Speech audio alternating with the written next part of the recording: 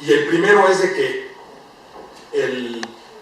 la venta se haga con público en general. Es decir, si yo le vendo a empresas, aunque les dé plazo para que me paguen, para efectos fiscales no se puede considerar enajenación a plazo, sino enajenación a plazo es cuando es con público en general. Y me dicen, oye, ¿tú cómo puedes saber si es público en general o no es público en general? Hay una disposición que nos dice que se considera que es público en general cuando yo, a la hora de vender, no emito un comprobante que reúna requisitos fiscales. Es decir, cuando yo emito el comprobante, el cliente, como es público en general, no va a poder tomar la deducción. O sea, al no poder tomar la deducción, por eso se considera público en general. Una persona física, pues, si me pide comprobante, no lo considero público en general, ¿no?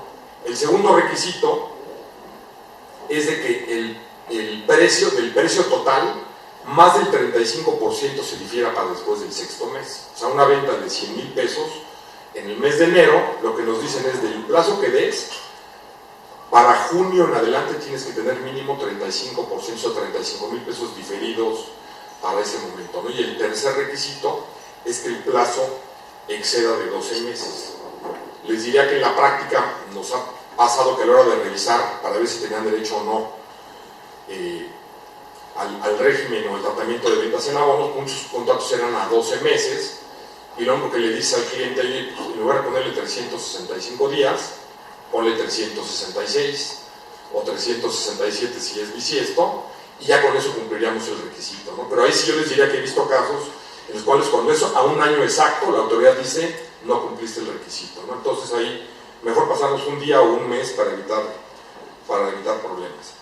Y aquí hacerles un comentario que aunque este temario es más enfocado a personas morales, en el caso de persona física, que hay un régimen también para ventas en abonos, es distinto a la definición. Esta definición viene en código, aplica a persona moral, y que nada más que sepan que en persona física, para que se considere enajenación a plazo, el plazo tiene que ser más de 18 meses. O sea, las personas físicas les piden no más de 12, sino más de 18 meses. Cuando hablábamos de público en general, les quería hacer nada más un comentario, porque teníamos casos en los cuales decías, oye, ¿cuándo emitió no comprobante con requisitos fiscales? Y un caso muy específico era el de la venta de inmuebles. Entonces, ¿se acuerdan que antes en las enajenaciones de inmuebles yo vendía plazos, tiré la escritura, pero yo no emití el comprobante?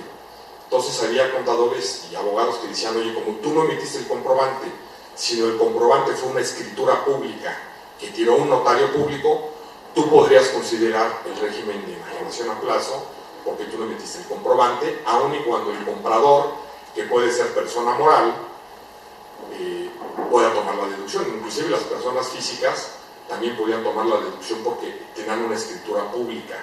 Entonces ese ya no es tema actualmente, porque como ustedes bien saben, ahora los notarios expiden en todas las escrituras públicas los CFDIs famosos. Si el vendedor es persona moral, ella lo tiene que emitir, su propia factura. La pura escritura ya no es suficiente para comprobar costo, y cuando el que enajena es persona física, los notarios emiten los certificados, los CFDIs complementarios, en donde lo emite el notario por cuenta del vendedor, que puede ser una ama de casa, y ese CFDI es el que le puede dar la deducibilidad al comprador, ¿no? Entonces ya no aplica ahorita el régimen de que si es público o no en general en materia de inmobiliaria.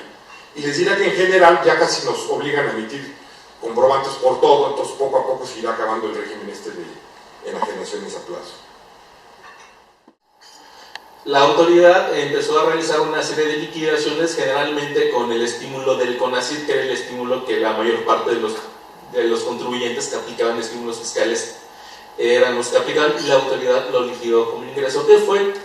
¿Cuál fue la resolución en este caso de los tribunales cuando llega el tema a la Suprema Corte de Justicia? La Suprema Corte de Justicia hizo una interpretación, se podría decir, a favor del contribuyente, y dijo, si bien los estímulos fiscales tienen la finalidad de un subsidio en este caso para los contribuyentes, sería incongruente que esta finalidad de dar un subsidio a los contribuyentes, a lo mejor con una finalidad de carácter económico, a lo mejor para desarrollar cierta rama de las empresas o ciertos sectores de contribuyentes, no los podemos castigar de que se considere como un ingreso acumulable. ¿Por qué?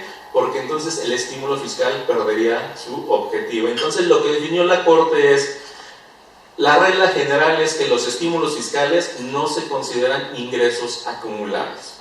Solamente determinó una excepción. La excepción fue que el mismo decreto que crea en este caso el estímulo fiscal determinara que el estímulo fiscal sí es acumulable para efectos del impuesto sobre la renta. Otro de los temas que también fue objeto de controversia en los tribunales fue qué alcance se le debe dar al famoso principio de derecho humano sobre el tema de la interpretación pro homine o pro persona. Entonces, por ahí, ustedes sabrán que conforme a la reforma constitucional en materia de derechos humanos, la regla general es: ante la duda se debe dar una interpretación que favorezca en este caso pues al ciudadano, en este caso al contribuyente. Por ahí un tema de controversia que decía, o que se llama en este caso el tema de los tribunales, en el tema de revaluación de activos, pasivos y capital. Ustedes recordarán, la revaluación por concepto de activo, pasivo y capital representa un ingreso no objeto para efectos del impuesto sobre la renta. ¿Qué fue lo que sucedió? Por ahí hubo una interpretación por parte de los contribuyentes que decían: si yo ya revalué un activo y si la revaluación se considera que es un ingreso no objeto para efectos de renta, entonces cuando yo enajene este activo que yo ya revalué, la enajenación como tal, la interpretación fue que esa enajenación, ingreso por enajenación, la ganancia por enajenación, también constituía un ingreso no objeto de la ley del impuesto sobre la renta. ¿Qué fue la resolución en este caso de la Suprema Corte de Justicia de la Nación? Que el principio pro persona no se puede interpretar de esta forma. ¿Por qué? Porque de alguna otra forma se estaría en este caso afectando el interés público. Por consiguiente, esta interpretación no era totalmente válida y por consiguiente no concedió el amparo.